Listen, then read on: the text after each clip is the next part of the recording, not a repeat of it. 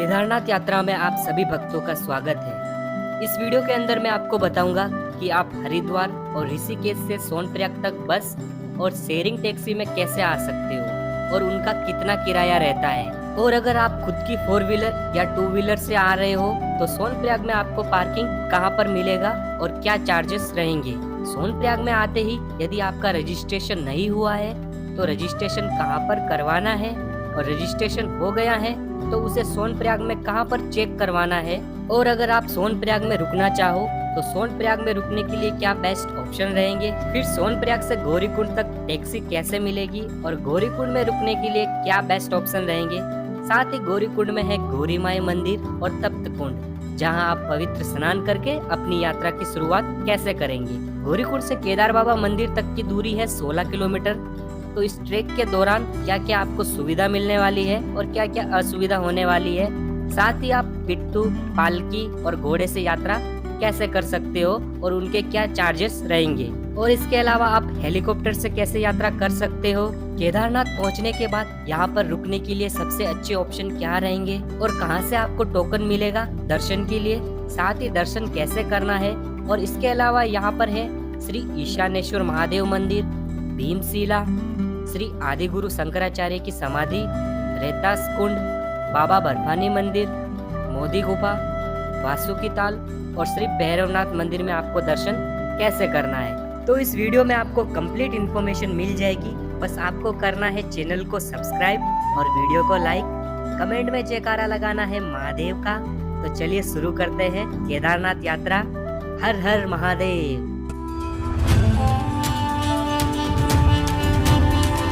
Haridwar railway station बहुत बड़ा railway station है। तो लगभग भारत के सभी बड़े शहरों से डायरेक्ट हरिद्वार के लिए आपको ट्रेन मिल जाएगी। हरिद्वार रेलवे स्टेशन पहुंचकर स्टेशन के जस्ट बाहर निकलोगे तो सामने की तरफ आपको बस स्टॉप दिखेगा। वहां से आपको डायरेक्ट सोनप्रयाग के लिए बस और शेयरिंग टैक्सी मिल जाएगी। अगर आप प्राइवेट टैक्सी से भी जाना चाहते हो तो भी मिल जाएगी। यहाँ पे जो बस का चार्जेस रहेगा 600 और टैक्सी का चार्जेस रहेगा 800। हरिद्वार से सोनप्रयाग जाते टाइम रास्ते में आएगा देवप्रयाग, जहाँ पर होता है भागीरथी और अलकनंदा नदी का। तो दोस्तों इस पवित्र नदी में जाके आप डुबकी जरूर लगाना। और यहाँ पर ऐसी मान्यता है कि यहाँ पर भगवान श्री राम जी और राजा दशरथ जी ने तपस्या की थी। कुछ 700 से 800 मीटर नीचे सीढ़ियाँ उतर के जाना होगा, जहाँ पर आपको एक तरफ से अलकनंदा नदी और एक तरफ से भागीरथी नदी दिखेगी। तो नीचे जाके आपको संगम में डुबकी जरूर लगा। उत्तराखंड के खूबसूरत पहाड़ों से होते हुए जो हमें व्यू दिखने वाला है, बहुत ही प्यारा व्यू दिखने वाला है। अगर आप पहली बार उत्तराखंड आ रहे हो तो इन खूबसूरत पहाड़ों में बहुत अच्छी आपकी जर्नी होने वाली है। कुछ 8 से 9 घंटे के खूबसूरत सफर के बाद आप पहुंच जाओगे सीतापुर। ये सीतापुर सोनप्रयाग से 2 किलोमीटर पहले आता है। और अगर आप बस से आ रहे हो तो बस आपको छोड़ेगी सीतापुर। सीतापुर से आगे बस नहीं जाती है। यहीं पे पूरा बस स्टैंड बना हुआ है सीतापुर में।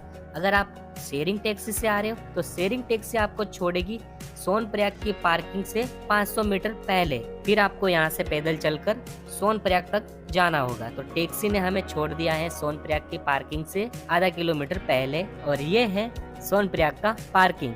अगर आप अपने खुद के प्राइवेट व्हीकल से आ रहे हो तो सोनप्रयाग में बहुत बड़ा पार्किंग एरिया है। यहाँ पे आपको पार्किंग मिल जाएगी। यहाँ पे जो 4 व्हीलर के चार्जेस है 150 रुपीज और 2 व्हीलर के है 50 रुपीज। ये 12 घंटे के लिए वैलिड रहेगा। तो दोस्तों अभी हम सोनप्रयाग की पार्किंग से आगे चल के जा रहे हैं। और ये आप देख सकते हो सोनप्रयाग का खूबसूरत मार्केट। तो सोनप्रयाग का पार्किंग हो रहा।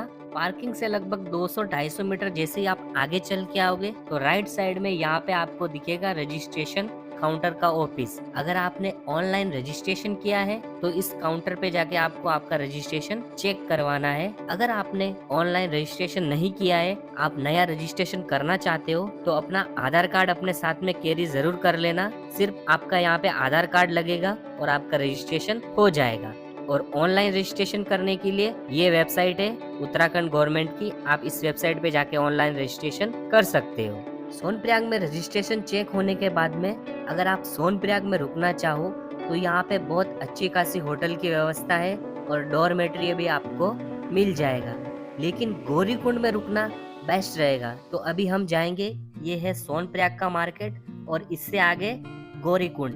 तो गौरीकुंड के लिए हमें यहाँ पे टैक्सी लेना होगा। तो हमें गौरीकुंड के लिए टैक्सी लेने के लिए सोनप्रयाग के मार्केट से 500 मीटर चल के आगे जाना होगा और हम रुकेंगे गौरीकुंड में, क्योंकि गौरीकुंड से फिर सुबह हम जल्दी उठकर हमारी यात्रा की शुरुआत कर सकते हैं। होगा जैसे जैसे आप ऊपर जाते जाओगे वैसे वैसे चीजें सारी महंगी होती जाएगी। उसका रीजन ये है, चीजें ऊपर ले जाने में बहुत ज्यादा खर्चा आता है और बहुत ज्यादा एक्सपेंसिव चीजें ऊपर हो जाती है। नॉर्मल सा पानी का बोतल आपको ऊपर लगभग 80 से 100 रुपए में मिलेगा और जगह जगह बारिश में बचने के लिए ये रेन शेल्टर बनाए हुए हैं। अगर बारिश आती है तो यहाँ पे आप रुक सकते हो। रास्ते में वॉशरूम की व्यवस्था भी काफी अच्छी की गई है। खाने पीने की चीजें तो आपको पूरे रास्ते में मिल ही जाएगी। इसके अलावा यहाँ पे आपको मेडिकल सुविधा भी मिल जाएगी और जगह जगह ऐसे बोर्ड लगे हुए हैं। इस बोर्ड पे सारे इंस्ट्रक्शन आप पढ़ सकते हो। यात्रा के दौरान ये सारे इंस्ट्रक्शन आपको बहुत ज्यादा काम आने वाले हैं। गौरीकुंड से लगभग 3 किलोमीटर चलने के बाद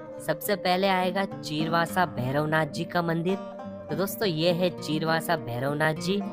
चीरवासा भैरवनाथ जी मंदिर से 1 किलोमीटर आगे चलने के बाद और गौरीकुंड से लगभग 4 किलोमीटर दूर आएगा जंगल चट्टी। यहाँ पर आपको रात में रुकने के लिए टेंट की व्यवस्था भी मिल जाएगी। साथ ही यहाँ पे चिकित्सा व्यवस्था भी है। यहाँ पे आप अपना ऑक्सीजन लेवल चेक करवा सकते हो। साथ ही यहाँ पे खाने पीने की चीजें भी मिल जाएगी। लास्ट ईयर आपदा में ये पूरा पुल टूट गया था, तो यहाँ पे यह पुल वापस नया बनाया गया है। जंगल चट्टी से थोड़ी दूर चलने के बाद यहाँ पर आएगा प्राचीन हनुमान जी का मंदिर। यहाँ पर प्रॉपर रेन शेल्टर भी बनाया हुआ है और आप दर्शन कीजिए श्री बजरंगबली जी के। अभी आप दर्शन कीजिए गर्भगृह से सीधे महादेव की।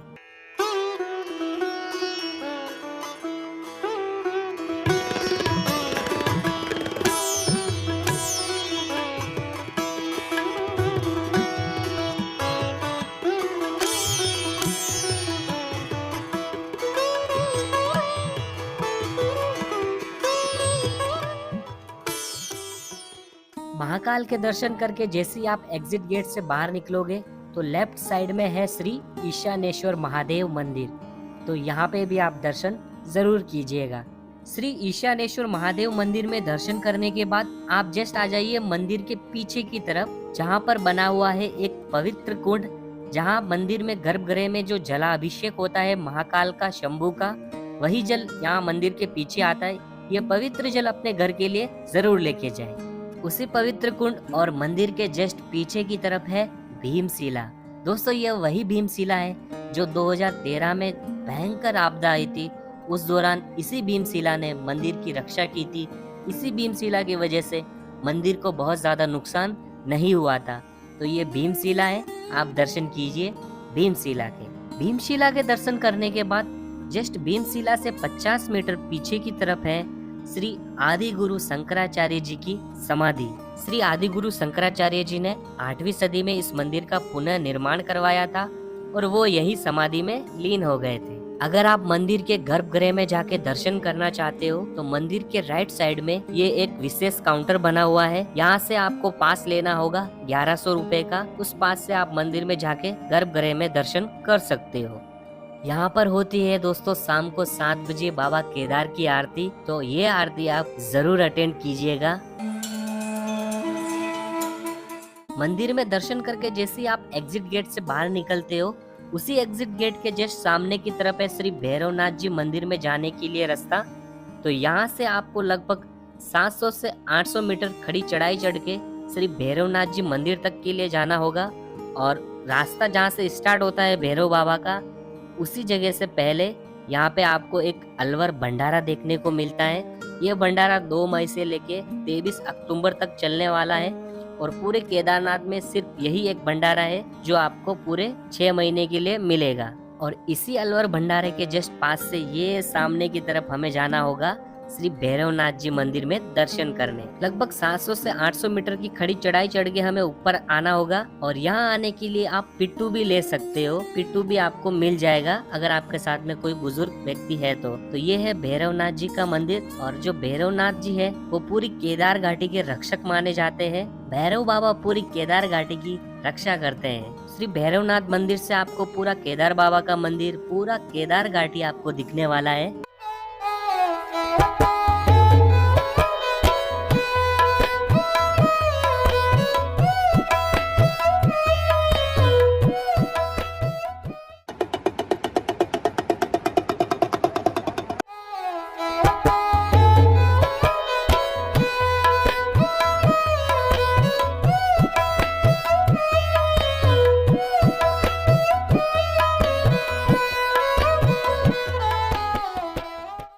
पर ऊपर की तरफ इस जगह पे था भैरवनाथ जी का मंदिर और नीचे है रहतास कुंड। तो आप भैरवनाथ जी मंदिर में दर्शन करके नीचे आ जाइए रहतास कुंड में दर्शन करने। ये रहतास कुंड काफी चमत्कारी कुंड है। अगर आप इस कुंड के अंदर महादेव के नाम के जयकारे लगाते हो तो इस पानी के अंदर आपको बुलबुले देखने को मिलते हैं। तो दोस्तों अभी हम मंदिर के लेफ्ट साइड में रहतास कुंड श्री भैरवनाथ जी मंदिर में दर्शन करके आए। अभी हम आ गए मंदिर के राइट साइड में पुल पार कर बाबा बर्फानी मंदिर में दर्शन करने। तो ये है श्री बाबा बर्फानी जी का मंदिर। बर्फानी मंदिर में दर्शन करके अगर आपको और थोड़ा एडवेंचर चाहिए तो आप चले जाइए बाबा बर्फानी मंदिर से ऊपर पहाड़ी के ऊपर 1 से 1.5 किलोमीटर ट्रेक कर मोदी गुफा में, जहाँ पर मोदी जी ने साधना की थी। तो दोस्तों ये है मोदी गुफा, यहीं पर बैठकर मोदी जी ने साधना की थी। और दोस्तों इसके अलावा आपको और ज्यादा एडवेंचर चाहिए तो आप चले जाइए बाबा बर्फानी मंदिर से ही ऊपर पहाड़ी पर 7 से 8 किलोमीटर ऊपर वासुकी ताल। ये है दोस्तों वासुकी ताल। वासुकी ताल जाने के लिए आपको 7 से 8 किलोमीटर का ट्रैक करके ऊपर जाना होगा। वो ट्रैक काफी डिफिकल्ट होगा, तो आप लोकल गाइड के बिना वासुकी ताल मत जाइएगा। वासुकी ताल एक बहुत अच्छी जगह है, तो आप लोकल गाइड हायर कर सकते हो, फिर ही आप वासुकी ताल